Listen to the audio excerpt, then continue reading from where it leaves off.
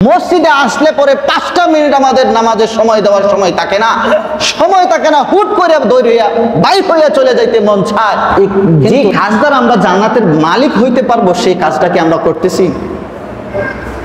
আচ্ছা, যে কাজ দ্বারা বলতেছেন আল্লাহ রাসূল সাল্লাল্লাহু আলাইহি ওয়াসাল্লাম যে বিনা হিসেবে জান্নাতের মালিক বানায়া দিবেন, সেই কাজটা কি আমাদের দ্বারা হইতেছে?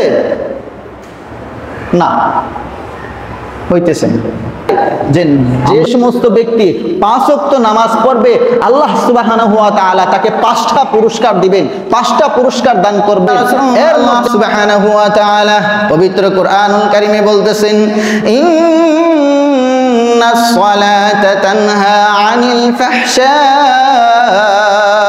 ওয়াল মুনকার, নিশ্চয় এই নামাজ তানহা আনিল ফাহশা, বিরত রাখে কি থেকে? ফাহশা, অশ্লীল কাজ থেকে, বদ কাজ থেকে বিরত রাখে এই নামাজ। অশ্লীল এবং মন্দ কাজ থেকে এই নামাজ আমাকে আপনাকে কি করে? বিরত রাখে।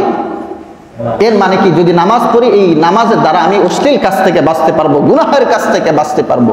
আর এই নামাজ যদি আমি ছেড়ে দেই, তাহলে আমি অশ্লীল কাজ থেকেও বাঁচতে পারবো না, গুনাহের কাজ থেকেও আমি কি করতে পারবো না? বাঁচতে পারবো না।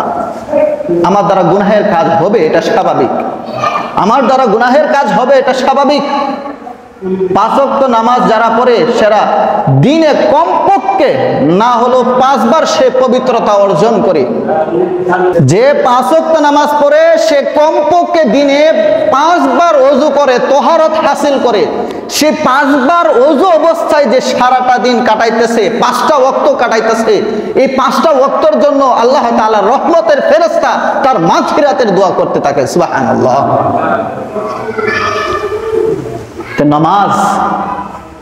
নামাজ পরকালের জন্য শান্তি, দুনিয়ার জন্য শান্তি। যে দুনিয়াতে যদি আমি নামাজ পড়ি তাহলে 5টা জিনিস আল্লাহ সুবহানাহু ওয়া তাআলা আমাকে দান করবেন, 5টা জিনিস আমাকে আপনাকে দান করবেন। এর মধ্যে হইতেছে আল্লাহ রাসূল সাল্লাল্লাহু আলাইহি সাল্লাম হাদিস থেকে যেগুলো পাওয়া যায়, যে সমস্ত ব্যক্তি 5 ওয়াক্ত নামাজ পড়বে আল্লাহ সুবহানাহু ওয়া তাআলা তাকে 5টা পুরস্কার দিবেন, 5টা পুরস্কার দান করবেন। এর মধ্যে 1 নম্বর পুরস্কার হইতেছে আল্লাহ সুবহানাহু ওয়া তাআলা তার থেকে রিজিকের অভাব দূর করে দিবেন। সুবহানাল্লাহ।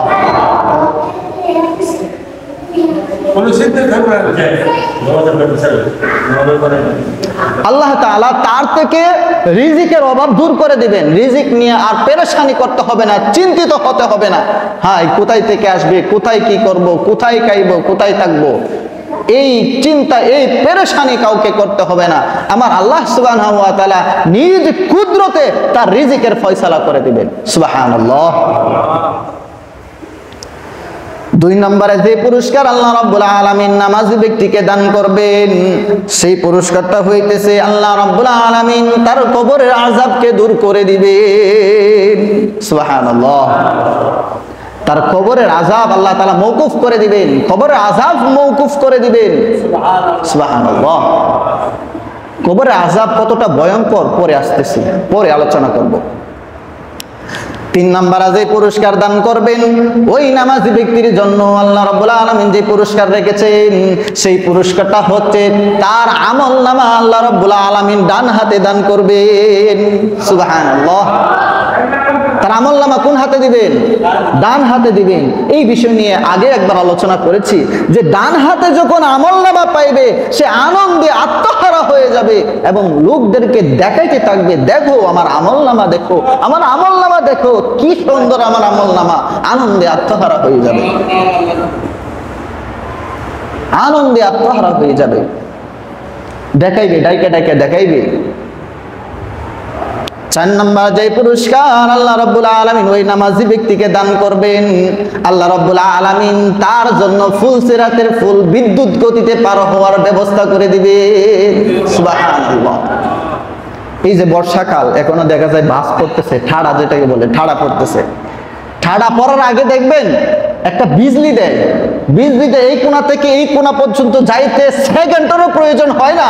এই সেকেন্ডের ভিতরে দেখা যায় এক স্থান থেকে, এক প্রান্ত থেকে অন্য প্রান্ত পর্যন্ত একটা বিজলি হুট করে চলে যায়। আল্লাহ রাব্বুল আলামিন বলতেছেন যে আল্লাহ রাসূল সাল্লাল্লাহু আলাইহি ওয়াসাল্লাম বলতেছেন, যদি 5 ওয়াক্ত নামাজ কোনো ব্যক্তি সময় মতো আদায় করে, ওই নামাজি ব্যক্তির জন্য 5টা পুরস্কার রয়েছে। এর মধ্যে 4 নম্বর পুরস্কারটা হচ্ছে ওই ব্যক্তিকে ফুল সিরাতে ফুল বিদ্যুৎ গতিতে পার হওয়ার ব্যবস্থা আল্লাহ রাব্বুল আলামিন করে দিবেন। সুবহানাল্লাহ। 5 নম্বর যে পুরস্কারটা আল্লাহ রাব্বুল আলামিন নামাজি ব্যক্তিকে দান করবেন, তাকে বিনা হিসেবে জান্নাতের মালিক বানিয়ে দিবেন। সুবহানাল্লাহ। বিনা হিসেবে জান্নাতের মালিক। এখন কইবেন বিনা হিসেবে জান্নাতের মালিক হয়ে গেলে সে তো গুনাহের কাজও করছে, তাহলে বিনা হিসেবে শুধু নামাজ পড়লে জান্নাতের মালিক হয়ে গেল, এটা কিভাবে? আগে আল্লাহ রাব্বুল আলামিন ক্লিয়ার করে দিতেছেন, আয়াতের মধ্যে ক্লিয়ার করে দিতেছেন যে কি বলতেছেন,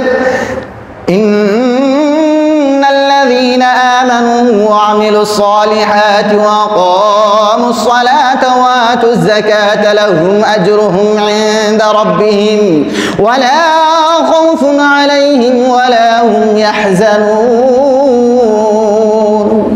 আল্লাহু আকবার।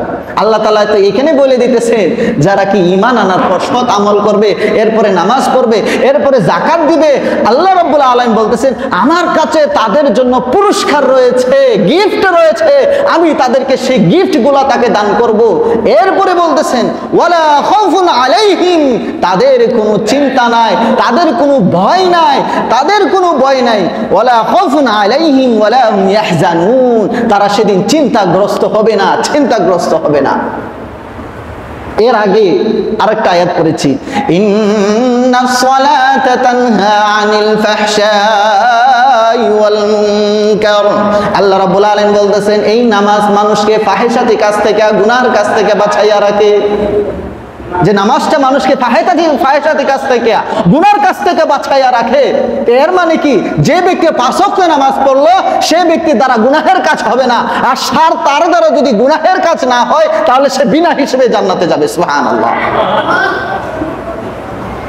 হাদিস থেকে, কোরআনের আয়াত থেকে পাইলাম তো যে বিনা হিসেবে জান্নাতের মালিক বানায় দিবেন।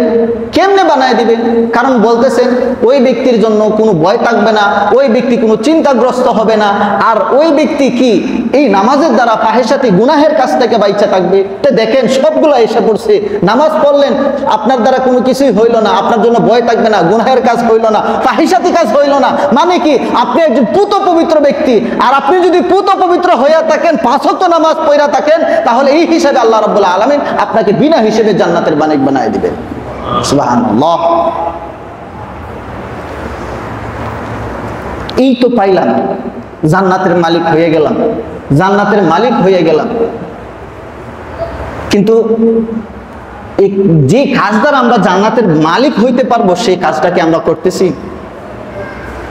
আচ্ছা, যে কাজ দ্বারা বলতেছেন আল্লাহ রাসূল সাল্লাল্লাহু আলাইহি ওয়াসাল্লাম যে বিনা হিসেবে জান্নাতের মালিক বানায় দিবেন, সেই কাজটা কি আমাদের দ্বারা হইতেছে? না, হইতেছে না। আমরা বলবো এখন নামাজ পড়ি, নামাজটা পড়ি, মুরুগে দান খায় না, মুরুগে চাল খায় না, ভাত খায় না, খাবার খায়। এই যে মুরুগে যখন খাবার খায়, দেখবেন সেকেন্ডের ভিতরে কমপক্ষে 10টা সে টুকুর দিয়ে দেয়, টক টক টক টক করিয়া, কি সেকেন্ডের ভিতরে, মিনিটের ভিতরে সে 100 থেকে 150 দানা একবারে বক্ষণ কইরা ফেলায়। ঠিক আমাদের নামাজটা হয়ে যাইতেছে ওই রকম, নামাজটাও হয়ে যাইতেছে ওই রকম। মসজিদে আসলে পরে 5টা মিনিট আমাদের নামাজের সময় দেওয়ার সময় থাকে না, হুট করে দৌড়িয়া বাইক হইয়া চলে যাইতে মন চায়, কিন্তু শ্বাসটলে বসলে পরে আমাদের উঠতে মন চায় না। মসজিদে আসলে পরে আমাদের বসতে মন চায় না, হুট করে বাইর হইয়া চলে যাইতে মন চায়। আমাদের নামাজটা হয়ে যাইতেছে ওই রকম, যেরকম ভাবে মুরুগে খাবার খায়, খাদ্য খায়, আহার করে, ওই রকম আমাদের নামাজটা হয়ে যাইতেছে। সেজদা গুলো করি কেমন যেন আমি সেখান থেকে কি টুকুর দিয়া কোনো কিছু খাইতেছি, কিংবা মাটিতে শুধু কপালটা লাগাইতেছি, এই পর্যন্তই আমাদের সেজদা, আমাদের নামাজ। মানে কি, আমরা এই নামাজ দ্বারা পরকালে যে নাজাত পাবো সেই বিশ্বাস, সেই আকাঙ্ক্ষা, সেই ইচ্ছা আমাদের নাই। সেই বিশ্বাস, আকাঙ্ক্ষা, ইচ্ছা আমাদের নাই, আমাদের কলব থেকে দূর হয়ে গেছে। যেই নামাজ দ্বারা আমি পরকালে জান্নাতের মালিক হব, সেই বিশ্বাস, আকাঙ্ক্ষা, আশা মন থেকে বাহির হয়ে গেছে।